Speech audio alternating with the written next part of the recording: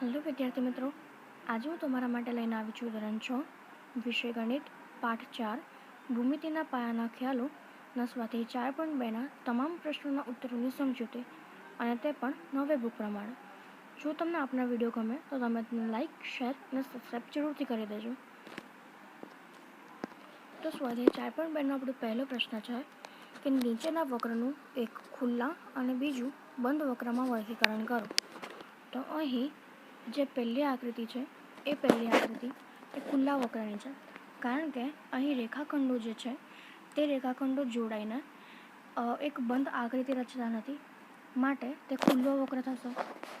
ત્યારબાદ બીજો જે આકૃતિ છે તે આકૃતિ બંધ વક્રની છે, કારણ કે અહીં આકૃતિ જે છે એ એના બે અંત્યબિંદુઓ એ ભેગા થઈને એક બંધ આકૃતિ રચે છે, માટે તે બંધ વક્ર થશે.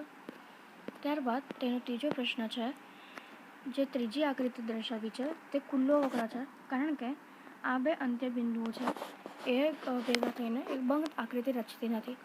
અને જે ચોથી આકૃતિ છે તે ચોથી આકૃતિ બંધ વક્રની છે અને અહીં રેખાખંડો એ જોડાઈને એક બંધ આકૃતિ બનાવે છે. ત્યારબાદ તેનો બીજો પ્રશ્ન છે કે નીચેની પરિસ્થિતિ દર્શાવી રફ આકૃતિ દોરો. તો પહેલો પ્રશ્ન છે કે ખુલ્લો વક્ર. તો ખુલ્લા વક્રને તમે ગમે તે રીતે દર્શાવી શકો છો. તમે આ રીતે બી દર્શાવી શકો છો, આ રીતે બી દર્શાવી શકો છો, આ રીતે બી દર્શાવી શકો છો.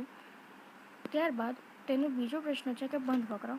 તો બંધ વક્ર એટલે કે જેના બે અંત્યબિંદુઓ ભેગા થઈને એક બંધ આકૃતિ રચતા હોય તેને બંધ વક્ર કહેવાય.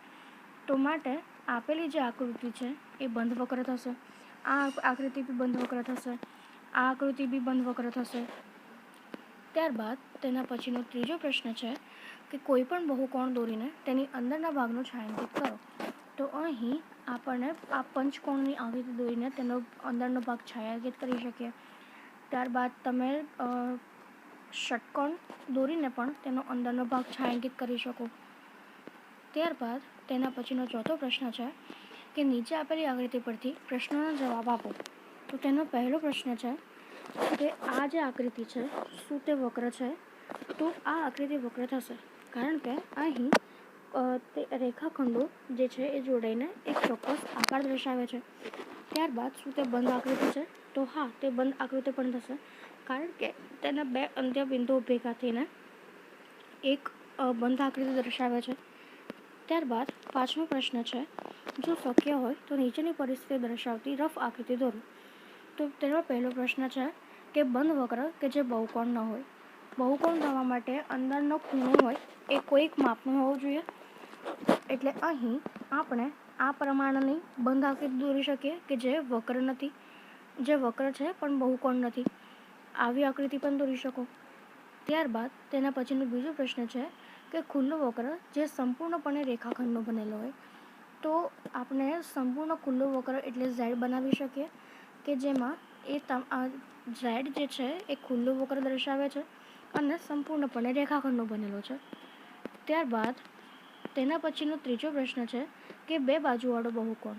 તો અહીં બે બાજુવાળો બહુકોણ શક્ય જ નથી, તેથી તે ન બની શકે.